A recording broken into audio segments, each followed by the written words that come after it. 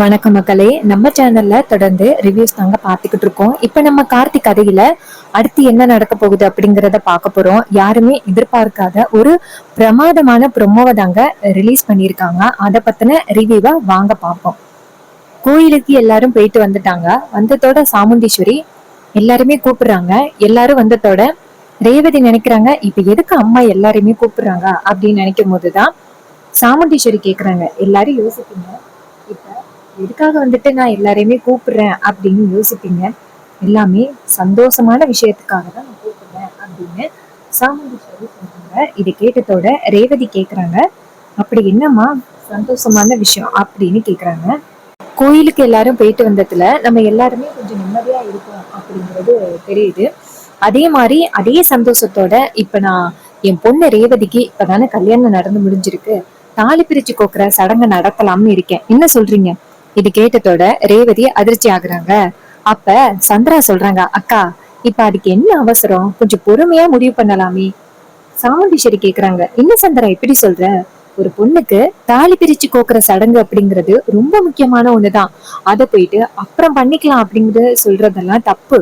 இங்க பாரு, இந்த தாலி பிரிச்சு கோக்குற சடங்கு கட்டாயம் நடக்கும் அப்படின்னு சொல்லி சாமுண்டீஸ்வரி ஸ்ட்ரிக்டா சொல்லிடுறாங்க.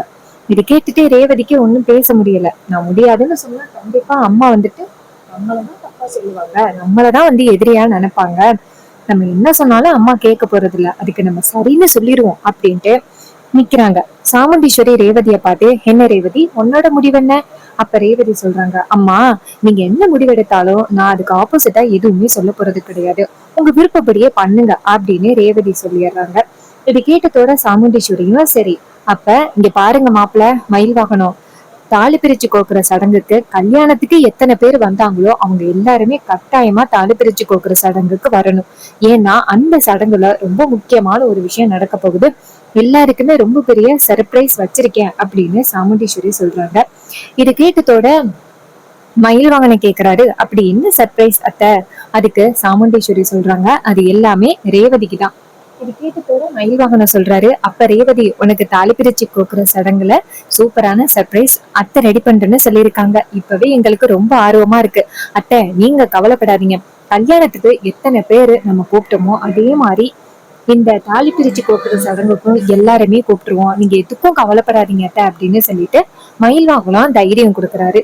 இது கேட்டதோட சாமுண்டீஸ்வரியும் சரிங்க மாப்பிள்ள, அதுக்கான ஏற்பாடுகளை பாருங்க அப்படின்னு சொன்னதோட நம்ம மயில் வாகனமும் சரி அப்படிங்கிறாரு. அப்புறமா கார்த்தி நேரா அவரோட ரூம்க்கு போறாரு. அப்பதான் ரேவதி கிட்ட நன்றி சொல்றாரு. ரேவதி கேக்குறாங்க எதுக்குன்னு. அப்ப கார்த்தி சொல்றாரு, இது மாதிரி கோயில் திருவிழாவுக்கு போனதே நீங்க தானே காரணம், அதுக்குதான் நன்றி சொல்றேன். அப்ப ரேவதி சொல்றாங்க, இங்க பாரு ரொம்ப நல்லவ மாதிரி பேசாத, ஏதோ கோயிலுக்கு நீ சொன்னதுனாலதான் நான் சரின்னு சொன்னேன்னு இல்ல, எங்க அப்பா கிட்ட நான் ஆல்ரெடி வாக்கு கொடுத்திருந்தேன், நான் கோயில் திருவிழாவுக்கு கூட்டிட்டு போறேன் அப்படின்னு. ஏதோ ஓ மூலியமா சரி அப்படின்னு சொல்லிட்டேன், அதுக்குன்ட்டு நான் உன்னை மன்னிச்சிட்டேன் அப்படின்னு நீ நினைக்காத, என்கிட்ட அட்வான்டேஜ் எடுத்துக்கணும் அப்படின்னு நினைக்காத. முக்கியமா மகேஷை நீ தான் இன்னும் கடத்தி வச்சிருக்கிற அப்படிங்கிறது எனக்கு நல்லாவே தெரியும். மரியாதையா நான் 2 நாளையில ஃபாரின் போறதுக்குள்ள மகேஷ் எங்க இருக்கான் அப்படிங்கிறத நீ சொல்லியே ஆகணும். இது கேட்டதோட கார்த்தி சொல்றாரு, இங்க பாரு ரேவதி, இப்ப கூட சொல்றேன், மகேஷ் எங்க இருக்கான் அப்படிங்கிறது எனக்கு தெரியவே தெரியாது, அவனை கடத்தணும் அப்படிங்கிற அவசியமும் எனக்கு இல்லை. அப்ப ரேவதி கேக்குறாங்க, அப்புறம் எதுக்கு அம்மா கிட்ட போயிட்டு மகேஷ பத்தி ரொம்ப தப்பு தப்பா சொன்னிய, அதுக்கு காரணம் என்ன? அப்ப கார்த்தி சொல்றாரு, இங்க பாரு, நான் அது இப்படி சொன்ன காரணம் அதான் உண்மை, அதனாலதான் நான் போயிட்டு மேடத்துக்கிட்ட அவன் நல்லவன் இல்ல, அவனுக்கு ரேவதியை கல்யாணம் பண்ணி கொடுக்காதீங்க அப்படின்னு சொல்லிட்டு வார்ன் பண்ணேன்.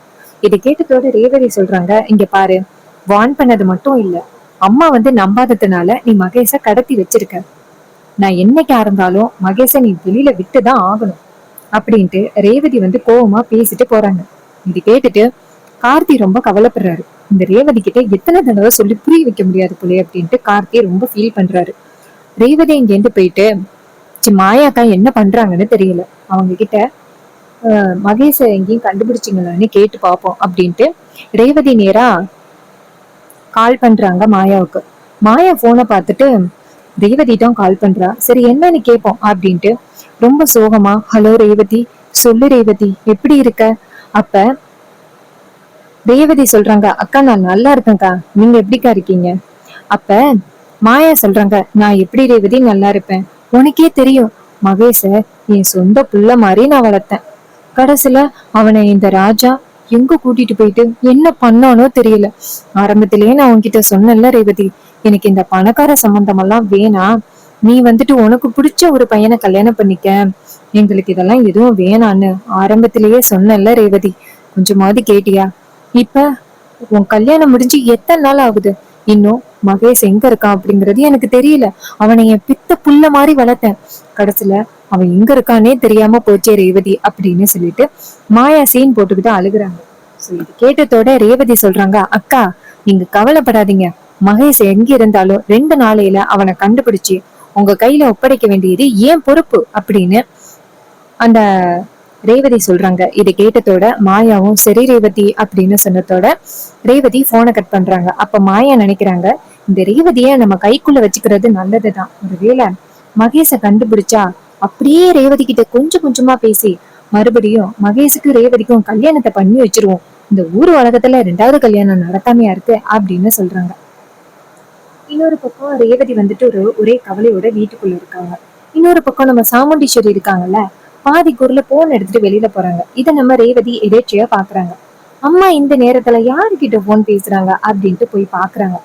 பார்த்தா நம்ம சாமுண்டீஸ்வரி ஏதோ ஒரு ரவுடி கிட்ட பேசிக்கிட்டு இருக்காங்க.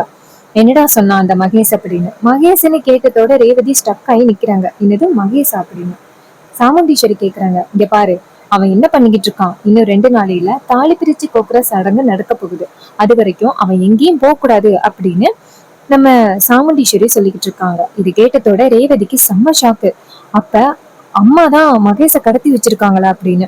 அப்ப சாமுண்டீஸ்வரி சொல்றாங்க ரவுடி கிட்ட, இங்க பாருங்கடா, நான் அவன்கிட்ட ரொம்ப முக்கியமான ஒரு விஷயம் பேசுறதுக்காக இப்ப நான் அங்க வரப்போறேன்.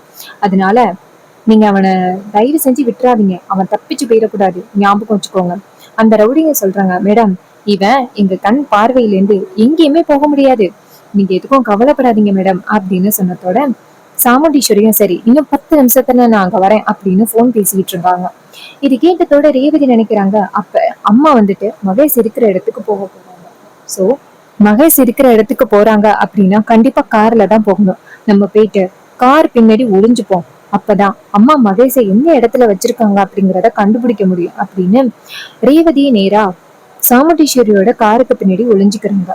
சாமுண்டீஸ்வரி போனை கட் பண்ணிட்டு வந்துட்டு காரை ஸ்டார்ட் பண்ணிட்டு கிளம்பி போறாங்க. அப்ப ரேவதி நினைக்கிறாங்க, அம்மா இப்படி எல்லாம் பண்ணுவாங்கன்னு நான் எதிர்பார்க்கவே இல்லை அப்படின்ட்டு ரேவதி நினைச்சிட்டு இருக்காங்க. அதுக்கப்புறமா சாமுண்டீஸ்வரி ஒரு இடத்துல போய் நிக்கிறாங்க. கார் நிக்குது.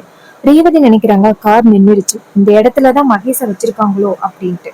இன்னொரு பக்கம் நம்ம ரேவதி என்ன பண்றாங்கன்னா, சாமுண்டீஸ்வரி அந்த குடோனுக்குள்ள போனதோட வெளியில அந்த காரை விட்டு வெளியில வந்து ஜன்னல் வழியா பாக்குறாங்க. சாமுண்டீஸ்வரி நேரா போயிட்டு மகேஷ பாக்குறாங்க.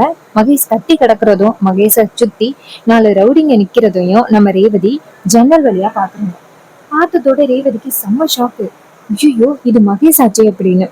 மகேஷ் அமுடீஸ்வரி அந்தத்தோட, மேடம் தயவு செஞ்சு என்னை விடுங்க மேடம், இனிமே நான் உங்க வாழ்க்கையில இடையில வரவே மாட்டேன், நீங்க நினைச்ச மாதிரி உங்க டிரைவர் ராஜாவை கல்யாணம் பண்ணி வச்சுட்டீங்க, தயவு செஞ்சு என்னை விட்டுருங்க மேடம், நாங்க எங்கேயாவது போய் பொழைச்சுக்கிறோம். அப்ப சாமுண்டீஸ்வரி சொல்றாங்க, ஏய் உன்னை விடுறதுக்காட இவ்வளவு நாள் பிடிச்சு வச்சிருந்தேன். அப்ப மகேஷ் சொல்றாரு, மேடம் என்னை விட்டுருங்க மேடம், என்னால இந்த தண்டனைய தாங்கிக்க முடியல. சாமுண்டீஸ்வரி சொல்றாங்க, என் பொண்ணோட வாழ்க்கையை எடுக்கிறதுக்கு எப்படி எல்லாம் பிளான் பண்ண, இங்க பாரு, நான் உன்னை கண்டிப்பா விட மாட்டேன், நீ வந்து எல்லாருக்கும் முன்னாடியிலையும் உண்மைய சொன்னா மட்டும்தான் உன்னை விடுவேன், அதுக்கப்புறம் நான் விட மாட்டேன்டா அப்படின்னு சொன்னதோட கார்த்தி ரொம்ப அதிர்ச்சியா, மகேஷ் ரொம்ப ஷாக் ஆகுறாரு. ரேவதி இதையெல்லாம் பார்த்துட்டு, ஐயோ அப்ப அம்மாதான் இத்தனை நாளுமே மகேஷை கடத்தி வச்சிருந்தாங்களா அப்படின்ட்டு ஷாக் ஆகுறாங்க ரேவதி. சாமுண்டீஸ்வரி அந்த ரவுடிகளை பார்த்து, இங்க பாருங்கடா, இன்னும் 2 நாளையில இவன் ரொம்ப முக்கியமான விஷயத்துக்கு தேவைப்படுறான், இவனை எங்கேயும் விட்டுறாதீங்க. அந்த ரவுடிங்க சொல்றாங்க, மேடம் இவங்க என் கண் பார்வையில இருந்து எங்கேயும் போக முடியாது, நீங்க கவலைப்படாதீங்க மேடம் அப்படின்னு சொல்றாங்க.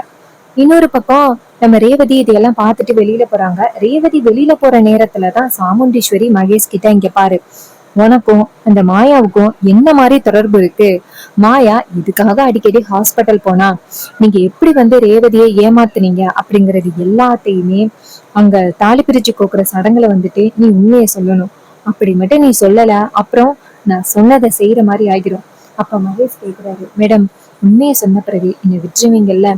சாமுண்டீஸ்வரி சொல்றாங்க, உண்மையை சொல்ல பிறகு நீ என் கண்ணிலே படக்கூடாது, ஓடிடணும். இது கேட்டதோட மகேஷ் சொல்றாரு, மேடம் அதுக்கப்புறம் உங்க கண்ணு முன்னாடி நான் வரவே மாட்டேன், நான் கண்டிப்பா போயிருவேன் மேடம் அப்படின்னு மகேஷ் சொல்றாரு. இதை கேட்டதோட சாமுண்டீஸ்வரியும் சரி அப்படின்னு சொல்ல, இன்னொரு பக்கம் ரேவதி வெளியில வந்துட்டு, ஐயோ அப்ப இத்தனை நாளும் அம்மா தான் மகேஷ் கடத்தி வச்சிருந்தாங்களா, நான் இத்தனை நாளும் போயிட்டு ராஜாவை தப்பா நினைச்சிட்டேனே அப்படின்னு.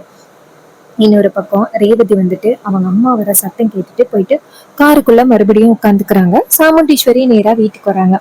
வீட்டுக்கு வந்ததோட நம்ம ரேவதி யாருக்கும் தெரியாம நேரா உள்ளார வந்துடுறாங்க.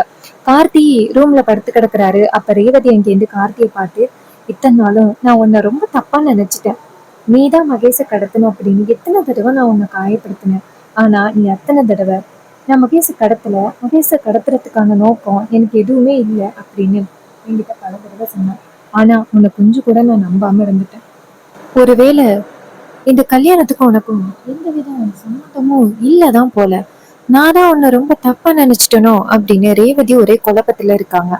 ஒருவேளை ராஜா சொல்ற மாதிரி அந்த மகேஷ் தப்பானவனாதான் இருப்பான் போல அப்படின்னு ரேவதிக்கு ஒரு குழப்பம் வருது.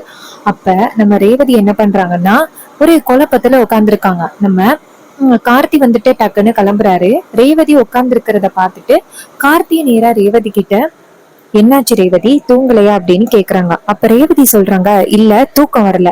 அப்ப கார்த்தி நினைக்கிறாரு, ரேவதி வெளிநாடு போற கவலையில இருக்கா போல அப்படின்னு நினைச்சிட்டு கார்த்திய நேரா ரேவதி கிட்ட, இங்க பாரு ரேவதி, வெளிநாடு போறத நினைச்சு கவலையா இருக்கியா, இங்க பாரு கவலைப்படாத, 5 இயர்ஸ் தானே, அதுக்குள்ள உன் மனசு எப்படி வேணாலும் மாறலாம். என்னைக்குமே உன்னோட இந்த முன்னேற்றத்திற்கு நான் என்னைக்குமே தடையா இருக்க மாட்டேன். நீ ஆசைப்பட்டபடி நீ வெளிநாடு போ, எப்படியோ நான் அத்தைக்கு தெரியாம உன்னை அனுப்பி வைக்கிறேன். நீ போயிட்டு எப்படியாவது அத்தைய கன்வின்ஸ் பண்ணிக்க, கொஞ்சம் வருத்தப்படுவாங்க, ஆனா கண்டிப்பா கன்வின்ஸ் ஆகிருவாங்க. நீ 5 இயர்ஸ் அங்க ஒர்க் பண்ணிட்டு வா, அதுக்கப்புறம் உனக்கு பிடிச்ச ஒருத்தனை கூட நீ கல்யாணம் பண்ணிக்கோ. இப்ப கூட உனக்கு விவாகரத்து வேணும் அப்படின்னா நான் உனக்கு அப்ளை பண்ணி கொடுக்குறேன், நீ என்னை பத்தி எதுக்கும் கவலைப்பட வேண்டாம். இது கேட்டதோட ரேவதி சொல்றாங்க சரி அப்படின்னு. இன்னொரு பக்கம் கார்த்தி சொல்றாரு, ரேவதி இதை பத்தி நீ கவலைப்படாம தூங்கு, 2 நாளையில வெளிநாடு போகணும், சரியா? இது கேட்டதோட ரேவதியும் சரி அப்படிங்கிறாங்க. அதுக்கப்புறம் கார்த்தி தூங்குறாரு. இன்னொரு பக்கம் ரேவதி நினைக்கிறாங்க, இப்ப கூட நம்ம நல்லதுக்காக தான் இவன் யோசிக்கிறான், இவன் நினைச்சா இப்பவே அம்மா கிட்ட போய் சொல்லி நான் என்ன வெளிநாடு போக விடாம தடுக்க முடியும். ஆனா இவன் அம்மா கிட்டயும் போய் சொல்ல மாட்டேங்கிறான். ஒருவேளை நம்ம நினைச்ச மாதிரி இவன் தப்பானவன் இல்ல போல. அப்ப இதுக்கு பின்னாடி ஏதோ ஒரு காரணம் இருக்கு, நம்ம தான் இவனை ரொம்ப தப்பா நினைச்சிட்டோம். இவன் ஏதோ ஒரு விஷயத்த என்கிட்ட ப்ரூவ் பண்றதுக்காக தான் ட்ரை பண்ணியிருக்கான். ஆனா நான் தான் இவனை ரொம்ப மட்டம் தட்டி பேசிட்டேன், சோ என் மேலதான் ரொம்ப தப்பு அப்படின்ட்டு ரேவதி ரொம்ப கவலைப்படுறாங்க. அப்ப நம்ம ரேவதி அப்படியே நினைச்சுக்கிட்டே தூங்கிட்டாங்க. மறுநாள் காலை என்ன நடக்குதுன்னா, கார்த்தி நேரா ரேவதி கிட்டே, ரேவதி நேத்து நைட்டு எதுக்காக தூங்கல, பலதே நினைச்சுக்கிட்டு தூங்காம இருக்காது ரேவதி, சரியா? ரேவதி சொல்றாங்க சரி அப்படின்ட்டு. கார்த்திய ஒரு நிமிஷம் நில்லு அப்படின்னு சொல்ல கார்த்தி கேக்குறாரு, சொல்லு ரேவதி. ரேவதி சொல்றாங்க, இங்க பாரு, மகேஷ நீ உண்மையாவே கடத்தலையா? அப்ப கார்த்தி சொல்றாரு, என்ன ரேவதி திரும்ப திரும்ப இப்படியே கேட்டுக்கிட்டு இருக்க, நான் தான் சொல்றேன்ன மகேஷ நான் கடத்தல, அவன் எங்க போனா அப்படிங்கறது கூட எனக்கு தெரியல. இங்க பாரு, மகேஷ கண்டுபிடிக்கணும் அப்படின்னா நான் கூட உனக்கு ஹெல்ப் பண்றேன், ஹெல்ப் பண்ண மாட்டேன் அப்படின்னு சொல்லல. இது கேட்டதோட ரேவதி சொல்றாங்க சரி. அப்ப கார்த்தி சொல்றாரு, இங்க பாரு, மகேஷ் எங்க இருந்தாலும் வேணா நான் போலீஸ்ல கம்ப்ளைண்ட் கொடுக்கவா? ரேவதி சொல்றாங்க, அதெல்லாம் ஒண்ணு வேணாம், மகேஷ் எங்க இருக்கான் அப்படிங்கறது எனக்கு தெரிஞ்சு போச்சு. கார்த்தி கேக்குறாரு, மகேஷ் எங்க இருக்கான் அப்படிங்கறது உனக்கு தெரியுமா? அவன் எங்க இருக்கான்? அப்ப ரேவதி சொல்றாங்க, அம்மா தான் அவனை கடத்தி வச்சிருக்காங்க. இது கேட்டதோட கார்த்தி அதிர்ச்சி ஆகுறாரு, என்ன சொல்ற? அத்தையா? ரேவதி சொல்றாங்க, ஆமா, அம்மா தான் கடத்தி வச்சிருக்காங்க. கார்த்தி சொல்றாரு, நான் இத பத்தி அத்தை கிட்ட கேட்டனே, ஆனா அவங்க அந்த மாதிரி எல்லாம் யாரையும் நான் கடத்தி வச்சல அப்படின்னு சொன்னாங்களே. அப்ப ரேவதி சொல்றாங்க, அம்மா எப்படி சொல்லுவாங்க, ஒருவேளை மகேஷ் வெளியில வந்தா மறுபடியும் நான் மகேஷ் கூட கல்யாணம் பண்ணிடுவேன் அப்படின்னு நினைச்சு பயந்துதான் அம்மா மகேஷ புடிச்சு வச்சிருக்காங்களோ என்னமோ. இது கேட்டதோட கார்த்தி சொல்றாரு, சரி விடு ரேவதி, நான் போய் அத்தை கிட்ட பேசவா? ரேவதி சொல்றாங்க, இல்ல, யாரு என்ன சொன்னாலும் அம்மா மகேஷ கண்டிப்பா விட மாட்டாங்க. சோ நான் தான் எப்படியாவது வெளிநாடு போயிட்டேன் அப்படின்னா அம்மாவே மகேஷா அதுக்கப்புறம் பிடிச்சு வச்சிருந்து என்ன பிரயோஜனம் அப்படின்னு விட்டுருவாங்க. இதை கேட்டதோட ரேவதியும் கார்த்தியும் சரி அப்படிங்கிறாரு. அதுக்கப்புறம் கார்த்தி வந்துட்டு நினைக்கிறாரு, அப்ப அவங்கதான் அத்தை தான் பிடிச்சு வச்சுக்கிட்டு நம்மளை ரேவதிக்கு கல்யாணம் பண்ணி வச்சாங்களா, அந்த இடத்துல எதுவுமே தெரியாத மாதிரி பண்ணாங்களே அப்படின்னு. சோ இத பத்தி மயில் வாகனத்துக்கிட்ட சொல்லணும் அப்படின்ட்டு நேரா மயில் வாகனத்தை போய் பாக்குறாங்க. மயில் வாகனம் கார்த்தியை பார்த்து, வாங்க மாப்பிள்ள, சொல்லுங்க மாப்பிள்ள. அப்ப கார்த்தி சொல்றாரு, இங்க பாருங்க, இத்தனை நாளும் நம்ம மகேஷ காணும் அப்படின்னு நினைச்சுக்கிட்டு இருந்தோம்ல, அத்தை தான் இத்தனை நாளும் மகேஷ கடத்தி வச்சிருந்திருக்காங்க. இது கேட்டதோட மயில் வாகனத்துக்கு செம ஷாக்கு. என்ன மாப்பிள்ள சொல்றீங்க? அப்ப கார்த்தி சொல்றாரு, ஆமா, நம்மள இத்தனை நாளும் அத்தை செம்மையா வந்துட்டு ஏமாத்திட்டாங்க. இதை கேட்டதோட மயில் வாகனம் சொல்றாரு, மாப்பிள்ள, நான் தான் அப்பவே சொன்னேன்னு, அத்தை வந்து சாதாரண ஆள் கிடையாது. அவங்க ஒவ்வொரு விஷயத்தையும் யோசனை பண்ணி நுணுக்கமா தான் பண்ணுவாங்க. நம்ம தான் ஒண்ணும் தெரியாம இருக்கோம் அப்படின்னு அப்பவே நான் வார்ன் பண்ணேன். யாராவது கொஞ்சம் மாதிரி கேட்டீங்களா? இப்ப புரியுதா அத்தை எப்பேற்பட்ட பவர்ல இருக்காங்கன்னு. இதை கேட்டதோட கார்த்தி சொல்றாரு, ஆமா, நான் கூட அத்தையை ஒரு நிமிஷம் தப்பா நினைச்சிட்டேன். என்னடா இதை தப்பான ஒருத்தனை ரேவதிக்கு கல்யாணம் பண்ணி வைக்க போறாங்களோ அப்படின்னு. ஆனா கல்யாண நேரத்துல அவங்களே மகேஷை கடத்தி நாடகம் போட்டு என்ன கல்யாணம் பண்ணி வச்சிருக்காங்க. அப்ப மயில் வாகனம் சொல்றாரு, எனக்கு என்னமோ அத்தை இது திடீர்னு பண்ண பிளான் மாதிரி தெரியல. ரொம்ப நாளா யோசனை பண்ணி இததான் பண்ணணும்னு நினைச்சு பண்ணிருக்காங்கன்னு எனக்கு தோணுது. இது கேட்டதோட கார்த்தி சொல்றாரு, ஆமா அப்படின்னு. இன்னொரு பக்கம் மயில் வாகனம் சொல்றாரு, சரி விடு, எது என்னவோ உனக்கும் ரேவதிக்கும் கல்யாணம் ஆகிட்டு மகேஷ வச்சிருந்து என்ன பண்ண போறாங்க? ஒருவேளை அந்த மகேஷ வச்சு ரேவதி கிட்ட உண்மையை சொல்ல வைக்கலாம் அப்படிங்கறதுக்காக எனக்கு என்னமோ அதான் தோணுது. கண்டிப்பா வந்துட்டு அத்தை வந்து மகேஷ வந்து ரேவதி கிட்ட உண்மையை சொல்ல வச்சு ரேவதிக்கும் உனக்கும் ஒரு நல்ல அபிப்பிராயத்தை கொண்டு வர்றதுக்காக தான் அத்தை இந்த மாதிரி ட்ரை பண்றாங்களோன்னு எனக்கு தோணுது கார்த்தி அப்படின்னு சொன்னதோட கார்த்தி சொல்றாரு, ஒருவேளை அப்படி கூட இருக்கலாம், இருந்து என்ன பிரயோஜனம். அப்ப மயில்வாகனை கேக்குறாரு, ஏமாப்ல அப்படி சொல்றீங்க, இருந்து என்ன பிரயோஜனம் அப்படின்னு. கார்த்தி சொல்றாரு, இல்ல ஒண்ணு இல்ல, சும்மாதான் சொன்னேன். இது கேட்டதோட மயில் வாகனமும், சரிங்க மாப்ள, இது மாதிரி உங்க ரெண்டு பேருக்கும் தாலி பிரிச்சு கோக்குற சடங்கு நடக்க போகுதுல, அதனால ஏற்பாடுகள் எல்லாமே பலமா நடந்துகிட்டு இருக்கு. இது கேட்டதோட கார்த்தியும், சரி சரி நீங்க ஏற்பாடுகளை பண்ணுங்க அப்படின்னு சொல்றாங்க.